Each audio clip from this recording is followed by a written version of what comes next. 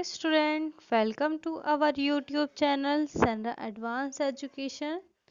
आज हम पढ़ने जा रहे हैं क्लास 8 की हिंदी व्याकरण का लेसन 2। हिंदी व्याकरण का नाम है व्याकरण एवं रचना और आज हम इसमें लेसन 2 पढ़ेंगे। लेसन 2 का नाम है वर्ण विचार। आज हम इसमें वर्ण विचार वर्णों के बारे में बात करेंगे। वर्ण क्या होते हैं, कितने प्रकार होते हैं वर्ण के, वर्णमाला किसको कहते हैं और किस आधार पर वर्णों का वर्गीकरण स्वर का वर्गीकरण या फिर व्यंजन का वर्गीकरण किस प्रकार किया गया है। आज के इस लेसन में हम यही पढ़ेंगे। Let's begin the lesson. वर्ण या अक्षर ध्वनि भाषा का आधार है। जो ध्वनि है, साउंड है, वह किसी भाषा का, लैंग्वेज का बेस होती है, आधार होती है।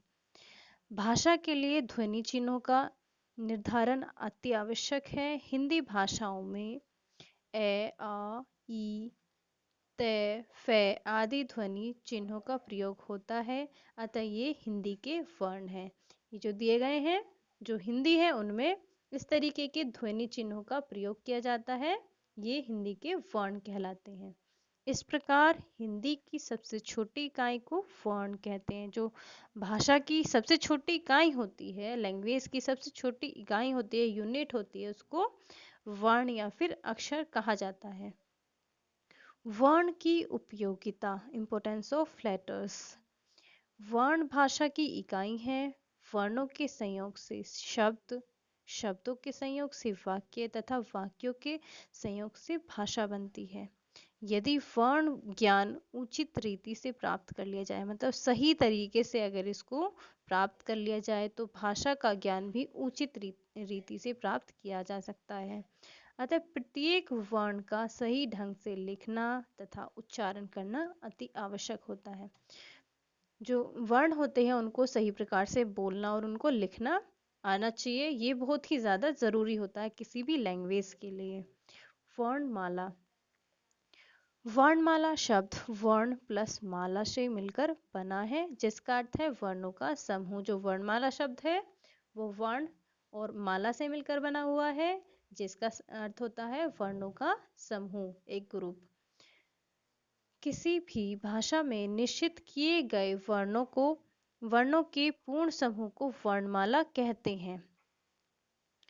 हिंदी में भी निम्नलिखित वर्ण हैं, मतलब किसी भी भाषा में के जो निश्चित किए गए वर्ण होते हैं, अक्षर होते हैं, जो सीरीज होती है लेटर्स की, उनको वर्णमाला कहते हैं। हिंदी में भी वर्णमाला, ऐसे लेकर जो ज्ञ तक के लेटर्स होते हैं, वर्ण होते हैं, उनको वर्णमाला, एक सीरीज होती है इनकी।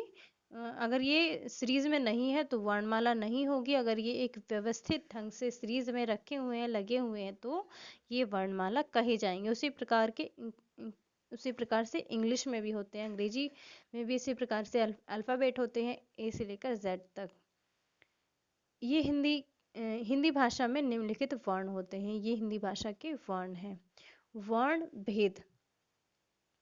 भाषा की ध्वनियों का उच्चारण होठों से लेकर गले के विभिन्न उच्चारण अवयवों की सहायता से होता है। उच्चारण की दृष्टि से वर्णों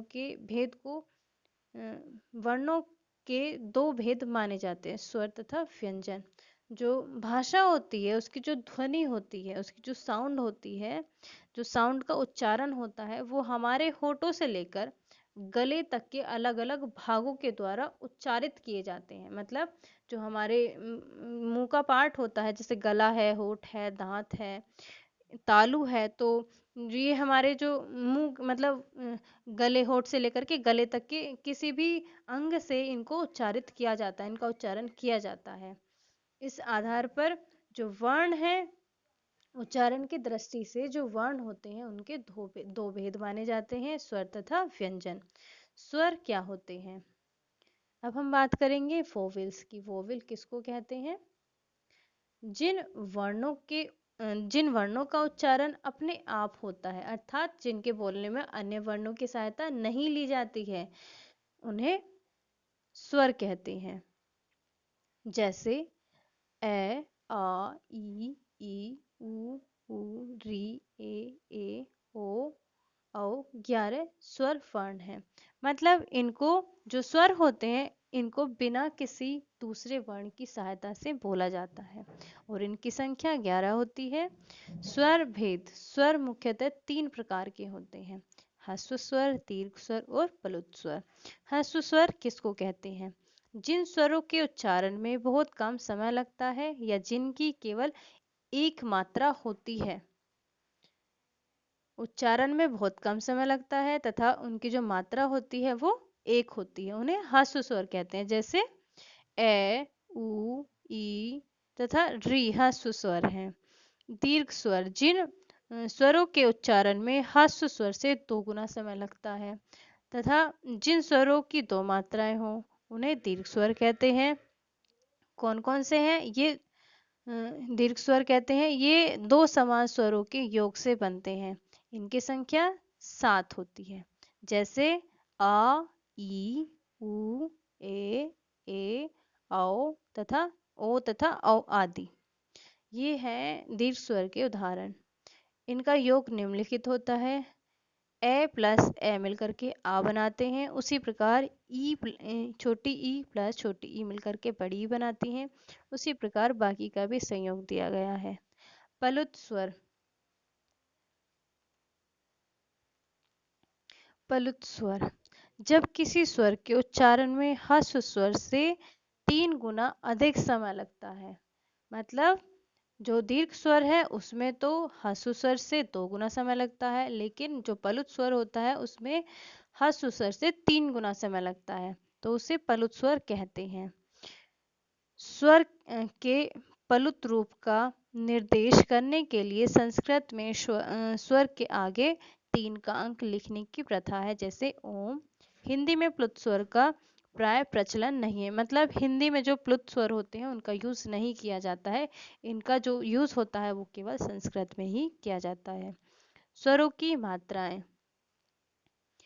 अपने मूल रूप में जो स्वर हैं वो अपने मूल रूप में दिखाए गए हैं। जैसे आज में आ दिया गया है, इत्र में ई है और ओज में ओ है। शब्दों में आ, ई, ओ अपने मूल रूप में है। मात्रा रूप में चाबी, शब्द में आ व ई स्वर मात्रा के रूप में प्रयुक्त किए गए हैं। जैसे च, आधा च है ये, प्लस आ प्लस आधा ब प्लस ई, चाबी। व्यंजनों के साथ स्वर का जो मिला हुआ रूप होता है उसे मात्रा कहते हैं। स्वरों की मात्रा इस प्रकार है। ए की मात्रा है, आ की मात्रा, छोटी ई, बड़ी ई, उ, री, ए, ओ, औ। ये स्वरों की मात्राएं हैं। अयोग वाह, स्वरों तथा व्यंजनों के अतिरिक्त हिंदी वर्णमाला में 3 वर्ण और भी होते हैं। कौन कौन से होते हैं? अनुस्वर, अनुशासिक और विसर्ग। इनका तालमेल ना तो स्वरों से होता है और ना ही व्यंजनों से होता है। ये अयोगवाह कहलाते हैं। मतलब ये ना तो स्वर होते हैं और ना ही व्यंजन होते हैं, इनको अयोगवाह कहा जाता है। इन स्वरों के साथ प्रयुक्त होने से व्यंजन भी नहीं बन पाते हैं और स्वतंत्र रूप से गति न होने के कारण ये स्वर भी नहीं कहे जाते हैं। इसके अलावा व्यंजन विसर्ग की हम बात करेंगे। अनुस्वर की तरह विसर्ग भी स्वर के बाद आता है। अतः व्यंजन यह व्यंजन है तथा इसका उच्चारण आधे है की तरह होता है। संस्कृत में इसका अत्यधिक प्रयोग होता है, हिंदी में इसका अभाव होता जा रहा है। मतलब हिंदी में इसका कम यूज होता है लेकिन संस्कृत में अक्सर इसका यूज किया जाता है। हिंदी में जैसे कुछ शब्द हैं, प्रातः है, अतः है, तो इन सभी में विसर्ग का यूज किया जाता है। विशेष ए की मात्रा पृथक रूप से नहीं होती है। व्यंजनों के नीचे हलंत का न होना ही इसका बोधक माना जाता है। 11 स्वरों के अतिरिक्त अंग्रेजी में ओ ध्वनि वाले शब्दों का भी हिंदी भाषा में प्रयोग हो रहा है। जैसे ओ की ध्वनि आ तथा ओ के बीच की ध्वनि, जैसे बॉल, डॉक्टर, कॉलेज और ऑफिस। व्यंजन, अब हम बात करेंगे व्यंजन की। जिन वर्णों के उच्चारण के समय मुंह से निकलने वाली वायु के मार्ग में कोई रुकावट आती है उन्हें व्यंजन कहते हैं। मतलब जो स्वर होते हैं उनसे जब उनका हम उच्चारण करते हैं तो हमारे मुंह से जो निकलने वाली हवा होती है, वायु होती है, उसमें कोई रुकावट नहीं आती है। लेकिन जब हम व्यंजन का उच्चारण करते हैं तो हमारे मुंह से निकलने वाली जो हवा होती है उसके मार्ग में, उसके रास्ते में रुकावट होती है। अर्थात व्यंजनों का स्वर के बिना उच्चारण नहीं होता है। ये बिना स्वर के नहीं बोले जाते हैं। इनका उच्चारण करते समय श्वास मुख विवर के कंठ, तालु आदि स्थानों पर अवरुद्ध होती है, मतलब रुक जाती है। अवरुद्ध होना, रुक जाना, जिससे मुंह से निकलने वाली वायु के मार्ग में बाधा पहुंचती है। ठीक है।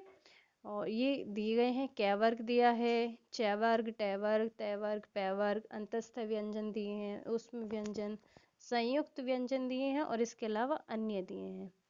हिंदी में मूल रूप से 33 व्यंजन होते हैं। संयुक्त व्यंजन तथा अन्य दो मिलाकर के इनकी संख्या 39 होती है।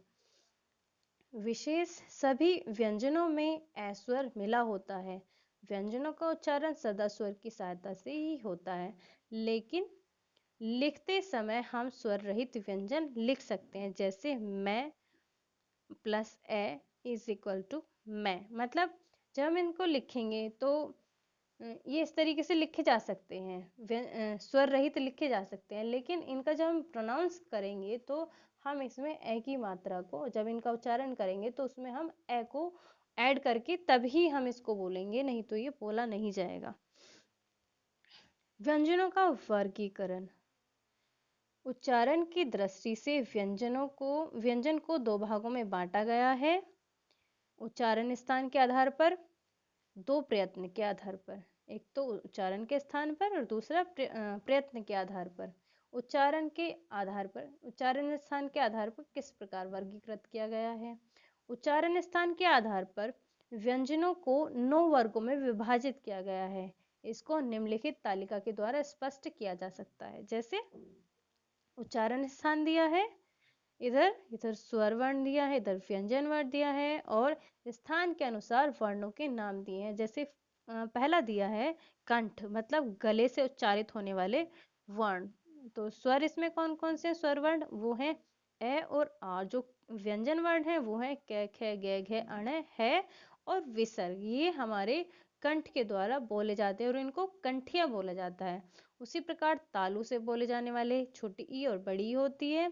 च, छ, ज, झ, अण, य, श, ये सभी तालुए वर्ग में आते हैं। इसके अलावा मूर्धा, जो मुख की छत, मतलब मुंह के ऊपरी हिस्से के द्वारा बोले जाते हैं। जैसे री है, री।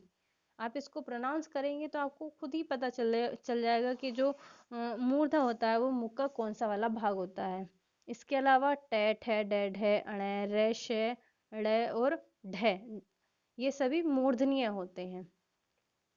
इसके अलावा दांत से जो बोले जाने वाले होते हैं, तै, थ, दै, ध, न, ल, श, इनको दंतीय बोला जाता है। होठ, होठ के द्वारा बोले जाने वाले छोटा ऊ और बड़ा ऊ। इसके अलावा जो व्यंजन वर्ण होते हैं, पै, फै, बै, भै, मै, इनको ओष्ठ्य कहा जाता है। कंठ और तालु, ए और ए, इनको कंठ तालुए बोला जाता है। कंठ और होठ, ओठ, ओ और औ, इनको कंठोष्ठ्य कहा जाता है। दांत और ओठ, इसमें केवल व्यंजन वर्ण वही है, इसको दंतोष्ठ्य कहा जाता है। मुख और नासिका, इसमें ये अनुस्वर आता है, जो बिंदु आती है इसको अनुनासिक बोला जाता है। इसके अलावा न, ल, श का उच्चारण अब वस्तुतः दांतों से ना होकर दांतों और मसूड़ों के बीच के भाग से होता है। इन्हें अब वर्तनीय भी कहा जाता है। मतलब जो ये वर्ण है न, ल और श का उच्चारण जो है दांतों से नहीं होता है, दांतों और मसूड़ों के बीच के भाग से होता है, इसलिए इनको वर्तीय बोला जाता है। वर्तीय। वर्गों के पंचम वर्णों ण, ण, न, न और मैं के उच्चारण में इनके अपने अपने स्थान के अतिरिक्त नासिका की भी सहायता ली जाती है, तो इन्हें अनुनासिक वर्ण भी कहा जाता है। प्राण, श्वास के आधार पर सभी व्यंजनों के उच्चारण में श्वास की मात्रा एक सी नहीं होती है। मतलब जब हम व्यंजनों का उच्चारण करते हैं सभी का, तो हमारी जो सांस होती है, सांस जो होती है उसकी मात्रा एक जैसी नहीं होती है सभी में। किसी में कम और किसी में अधिक होती है। श्वास मात्रा के आधार पर व्यंजनों के दो भेद होते हैं। मतलब सांस के आधार पर भी जो व्यंजन है उसके दो भेद होते हैं। एक होता है अल्प प्राण, दूसरा होता है महाप्राण। अल्प प्राण में कौन कौन से व्यंजन होते हैं और वे कौन सी क्या है? जिन ध्वनि के उच्चारण में वायु की मात्रा का कम प्रयोग होता है, मतलब जो हवा होती है उसकी मात्रा का कम प्रयोग होता है, वो अल्प प्राण व्यंजन कहलाते हैं। इसमें प्रत्येक वर्ग का पहला, तीसरा और पांचवा व्यंजन तथा ण, य, र, ल, व आते हैं, अर्थात क, ख, क, ग, ण और च, ज, ण है। इसके अलावा ट, ड़, ण, त, द, न, प, ब, म तथा ड़, य, र, ल, व अल्प प्राण व्यंजन है। महाप्राण जिन व्यंजनों के उच्चारण में श्वास वायु की मात्रा का अधिक प्रयोग होता है, मतलब श्वास जो वायु होती है, श्वास वायु का बहुत ज्यादा प्रयोग होता है, अधिक मात्रा में प्रयोग होता है, उन्हें महाप्राण व्यंजन कहते हैं। इसमें प्रत्येक वर्ग का दूसरा व चौथा व्यंजन तथा श, श, स है आते हैं, अर्थात ख, घ, झ, झ, छ और झ, ठ, ड़ और थ, ध, फ, भ तथा ढ, श और स है, महाप्राण व्यंजन है। प्रयत्न के आधार पर स्वर यंत्री में श्वास का कंपन, इस आधार पर व्यंजनों के दो भेद होते हैं, एक तो अघोष, दूसरा सघोष। जिन ध्वनियों के उच्चारण में स्वर यंत्रिका में किसी प्रकार का कंपन नहीं होता है, उन्हें अघोष बोला जाता है। मतलब जब हम उच्चारण करते हैं तो हमारी जो स्वर यंत्रिका होती है, जब हम बात करते हैं स्वर यंत्रिका जो आवाज होती है हमारी, उसमें किसी प्रकार का कंपन नहीं होता है, तो उन्हें अघोष कहते हैं। इसमें प्रत्येक वर्ग का पहला तथा दूसरा व्यंजन और श, ब, स आते हैं। क, ख, च और छ, ट और इसके अलावा ढ, त, ध, प, फ तथा श, स अघोष हैं। ये 13 होते हैं। इसके अलावा जिन ध्वनियों के उच्चारण में स्वर यंत्रिका में कंपन होता है, इसमें तो कंपन नहीं होता था, लेकिन इसमें हमारी जो आवाज है उसमें कंपन होता है, तो उन्हें सघोष कहते हैं। इसमें प्रत्येक वर्ग का तीसरा, चौथा और पांचवा व्यंजन आता है तथा ये आते हैं, ड आता है, ढ और ये, र, ल, व है और ज आते हैं। सभी स्वर भी सघोष होते हैं। वर्ण विच्छेद। अब हम बात करेंगे वर्ण विच्छेद की। शब्द का निर्माण वर्णों के मेल से होता है। यदि शब्द में प्रयुक्त वर्णों को अलग अलग कर दिया जाए तो उसे वर्ण विच्छेद कहते हैं। जो हमारे शब्द होते हैं उनका निर्माण जो होता है वो वर्णों से मिलकर बनते हैं, और यदि हम शब्द में जो प्रयुक्त यूज किए जाने वाले वर्ण होते हैं उनको हम अलग अलग कर दें तो उसको ही हम वर्ण विच्छेद कहते हैं। जैसे आश्चर्य को अलग किया है, इसमें आ प्लस आधा श प्लस आधा च प्लस ए प्लस आधा र प्लस आधा ये प्लस ए, इस प्रकार से ये बना आश्चर्य। आहट में आ प्लस आधा है प्लस ए प्लस आधा ट प्लस ए, इस प्रकार ये आहट बना। उसी प्रकार से बाकी दोनों भी ये बने हुए हैं। वर्ण संयोग। वर्णों के परस्पर संयोग को वर्ण संयोग कहते हैं। ये दो प्रकार के होते हैं, व्यंजन और स्वर का संयोग। आप जानते ही हैं कि स्वर के संयोग के बिना किसी भी व्यंजन का उच्चारण संभव नहीं है, किंतु इसे लिखा जा सकता है। मतलब जब हम उच्चारण करते हैं किसी भी व्यंजन का, हम ये जानते हैं कि जो व्यंजन होते हैं वो बिना स्वर की सहायता के नहीं बोले जाते हैं, उच्चारण होते हैं। लेकिन इनको हम लिख सकते हैं बिना स्वर की सहायता के, हम इनको लिख सकते हैं। स्वर के संयोग के बिना लिखे व्यंजन को हलंत कहते हैं। जैसे कै लिखा है, मतलब ये हलंत, ये जो लगाया गया है इसमें ये हलंत है प्लस ए। तो ये अगर इसमें ये आधा कै है, मतलब हलंत लग करके आधा कै ये बोला जाता है, आधा कै plus A is equal to कै, मतलब पूरा कै ये बोला जाएगा। उसी प्रकार से बाकी ये दिया है आधा कै प्लस ऊ कु, इसी प्रकार से बाकी दिए हैं मात्राएं लगा करके। व्यंजन और व्यंजन का संयोग, अभी हमने पढ़ा व्यंजन और स्वर का संयोग, अब हम पढ़ेंगे व्यंजन और व्यंजन का संयोग। यह दो प्रकार के होते हैं, संयुक्त व्यंजन और द्वैत व्यंजन। संयुक्त व्यंजन क्या होते हैं? दो विभिन्न प्रकार के व्यंजन जब आपस में मिलते हैं तो उनके मूल रूप में परिवर्तन आ जाता है।